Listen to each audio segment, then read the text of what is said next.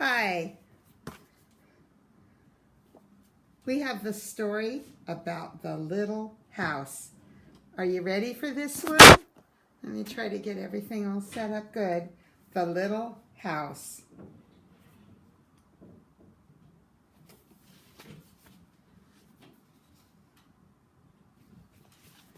Once upon a time, there was a little house way out in the country. She was a pretty little house. She was strong and well built. The man who built her so well said, "This little house shall never be sold." See it again? "It'll not be sold for gold or silver, and she will live to see our great, great, great grandchildren and our great, great, great grandchildren living in her." The little house was happy on the hill as she sat and watched the countryside around her. She watched the sun rise in the morning and she watched the sun set in the evening. Day followed day, each one a little different from the one before, but that little house stayed just exactly the same. In the night's glow, she watched the moon grow from a thin new moon to a big full moon. And when there was no moon, she watched the stars. Way off in the distance, she could see the lights of the city. See, way off? The little house was curious about the city and wondered what it would be like if she lived there. Time passed quickly for Little House. She watched the countryside slowly change seasons. In the spring, when the days grew longer and the sun warmer, she waited for the first robin to return from the south. She watched the grass turn green. She watched the buds on the trees swell and the apple trees burst into blossoms. And she watched little children playing in the brook. In the long summer days, she would watch the sun, watch the trees cover themselves with leaves. She watched the daisies grow all over the hill. She watched the garden grow. She watched those apples turn red and ripen. And she watched children swimming in the pool. And now we're at fall. Look at this. In the fall, when the days grew shorter and the nights grew colder, she watched the first frost turn the leaves orange and red. She watched the harvest gathered and the apples picked. And she watched those children going back to school. In the winter, when the nights were long and the days were short and the countryside was covered with snow, she watched children coasting and skating. You see the children? Year followed year, and those apple trees grew old. New ones were planted. Those children grew up and went away to the city. And now, at night, the lights of the city seemed like they're getting even closer. One day, the little house was surprised to see a horseless carriage coming down a windy country road.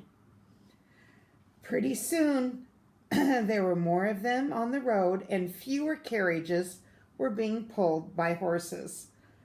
Pretty soon, along came some surveyors and they put a line right in front of the little house.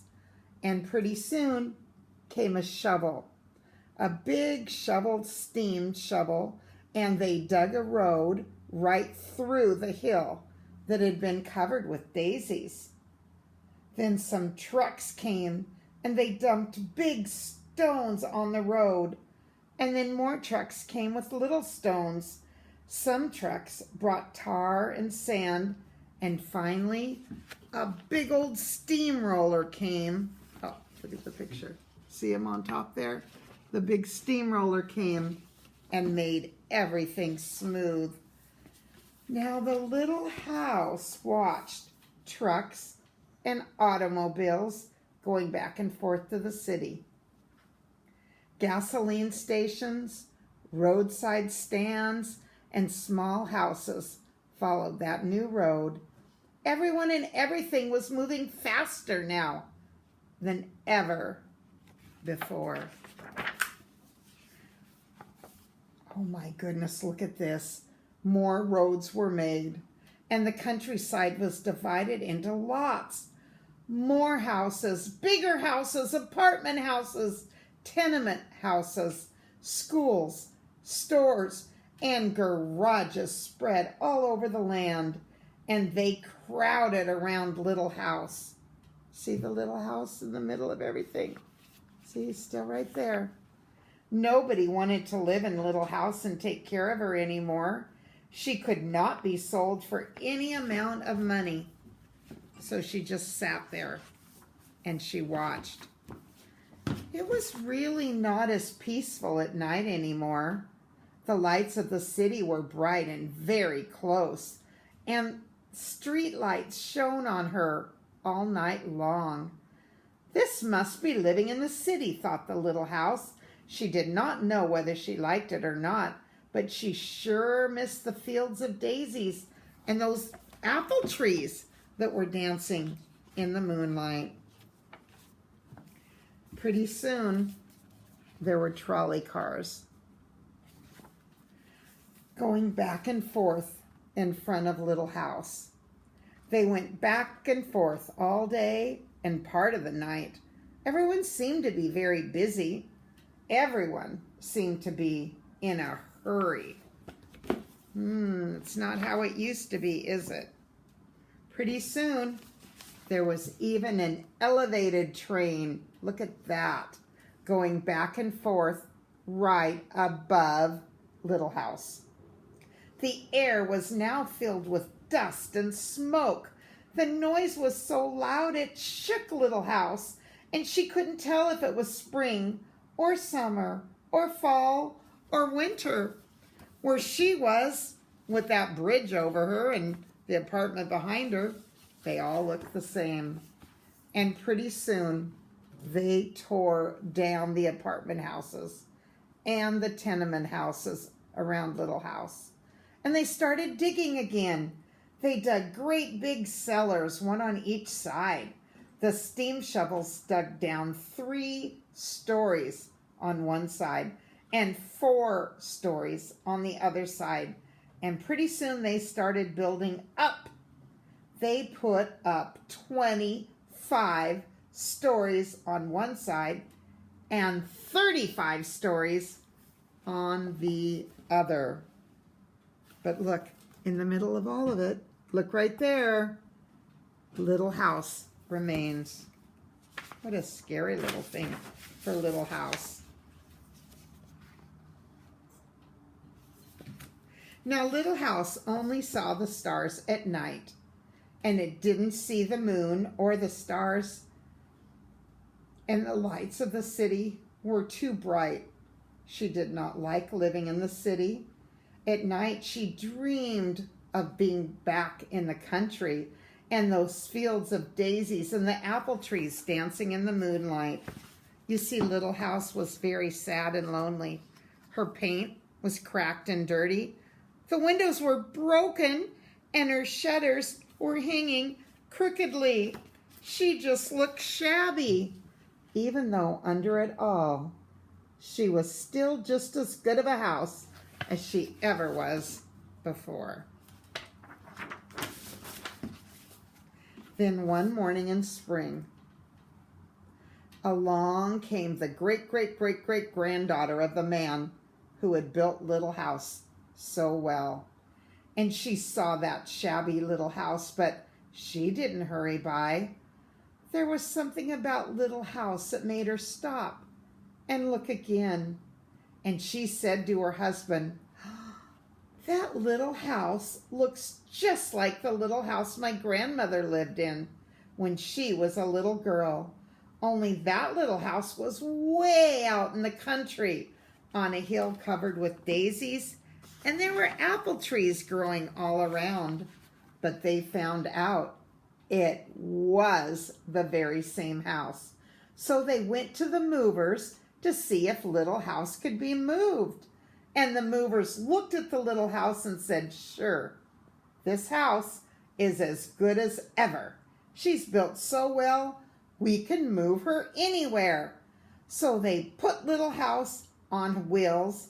Traffic was held up for hours while they slowly moved her out of the city.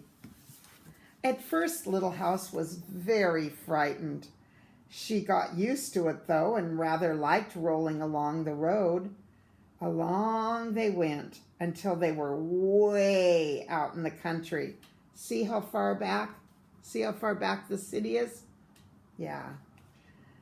Oh my, when the Little House saw that green grass and heard those birds singing, she did not feel sad anymore. They went along and along, but they couldn't seem to find just the right place. But they tried Little House here, and they tried Little House there, but finally they saw a little hill. And in the middle of that field, the little field right here, there were apple trees growing around. There, said that granddaughter, great-great-granddaughter, that is just the place. Yes, it is, said Little House. A cellar was dug on top of the hill, and slowly they moved that house from the road to the hill. The windows and shutters were all fixed, and once again they painted her a lovely, lovely shade of pink. As the Little House settled down on her new foundation, she smiled happily. Once again she could watch the sun and moon and stars. Once again she could watch spring and summer and fall and winter come and go. And once again she was taken care of. Never again would she be curious about the city. Never again would she want to live there. Stars sparkled up above her. See you? A new moon was coming up in the sky. See it? It was spring, and everything was peaceful in the country. You know, we have some friends that is kind of exciting. They bought a house, and then they had it laid on a tractor trailer, and they brought it all to where they lived out in Kent. And I was first married, and we thought that was the neatest thing in the world, how you could do that. I didn't know you could do that. So that was pretty fun. I think that's all. Bye-bye. I love you.